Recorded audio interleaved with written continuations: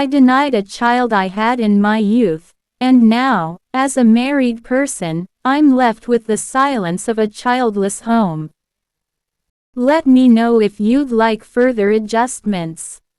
I was just 17 when I met her, Sandra. Bright-eyed, full of laughter, and a few months younger than me. We were both still trying to find our place in the world, but I was too full of myself to see the weight of my actions. We had no business playing with fire, but we did. And like dry grass in Harmattan, it caught quickly. When she told me she was pregnant, I panicked. I didn't stop to think, I didn't ask questions. I only knew fear, shame, and anger. My friends mocked me behind my back, my parents threatened to disown me. So, I did what many cowards do, I disappeared. Just like that. Sandra begged me to stay. She cried, held my hands, told me she didn't want money, only support. But I was too immature to understand responsibility. I told her it wasn't mine. I said it with a straight face, even though I knew it was a lie. She broke right there in front of me, and I walked away. Years passed. I buried the memory deep. I went on to university, built a life, got married. Everyone saw me as responsible, a promising man with a bright future. But I carried a ghost inside me, one I refused to acknowledge. My wife and I tried to have children, but nothing worked. Tests after tests, each result like a slap. Unexplained infertility, the doctors said. We tried everything, medications, prayers, traditional remedies. Still nothing. At night, when I couldn't sleep, I would remember Sandra. Her tears, her trembling lips, the way she whispered, "Don't leave me alone." I wondered what happened to the child. My child. But pride kept me from searching.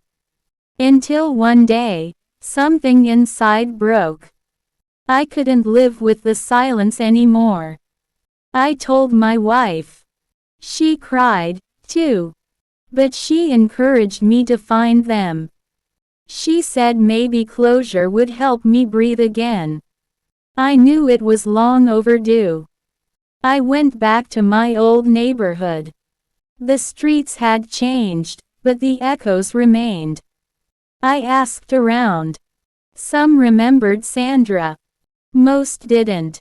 Eventually, an old neighbor recognized the name and pointed me toward a faded house on a dusty corner. My heart pounded as I approached. I wasn't sure what I'd say, or what I'd find. I knocked. A woman in her 50s opened. It was Sandra's mother. She recognized me instantly, and the look in her eyes was one I will never forget, disgust mixed with deep pain. I asked for Sandra. Her mother told me she had moved to the village, but before she left, she buried a child, my child. A boy named Emmanuel. He died at the age of 12. Malnourished, overworked, broken. She said Sandra tried to raise him alone, doing menial jobs just to feed him. He always asked about you, she said, her voice low and heavy. She never lied to him. She told him you were young and scared, but she always hoped you'd come. I collapsed onto the ground. My knees couldn't hold me anymore. She brought out a photo album. There were pictures of Emmanuel, small, skinny, wide-eyed. In one photo, he held a trophy. He loved football, she said. But he had no strength. He fell sick often. I flipped through every page, each image another dagger in my soul. Then came the last photo. Emmanuel in a small wooden coffin, surrounded by cheap flowers. The date below it was 4 years ago. I couldn't breathe. I wanted to scream, cry, and vomit. But nothing came out. Just silence. I asked where he was buried.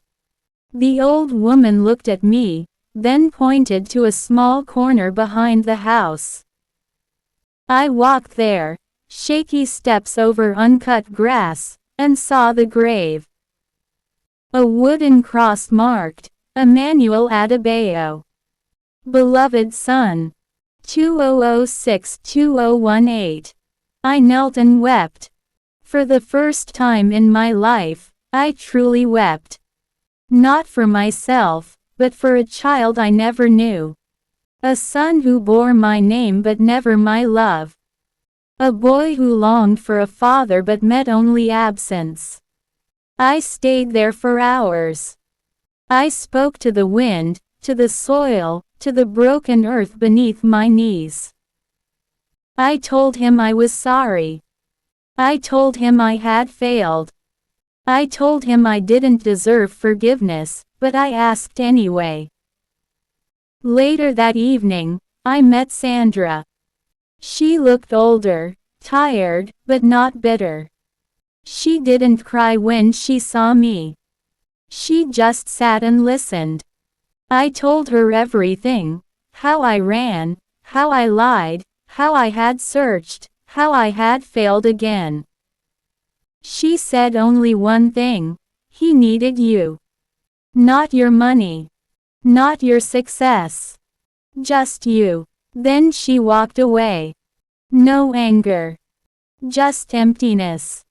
I watched her fade into the streetlight like a shadow I'd never hold again. Since that day, I've visited the grave every year.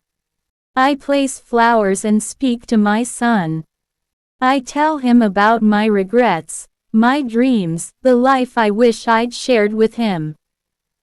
It doesn't bring him back, but maybe, just maybe, it brings him peace. I live now with the weight of a name. Emmanuel. God with us. But I wasn't with him. I missed my chance. And no matter how long I live, I'll never forgive the boy I was, for abandoning the boy who needed me most.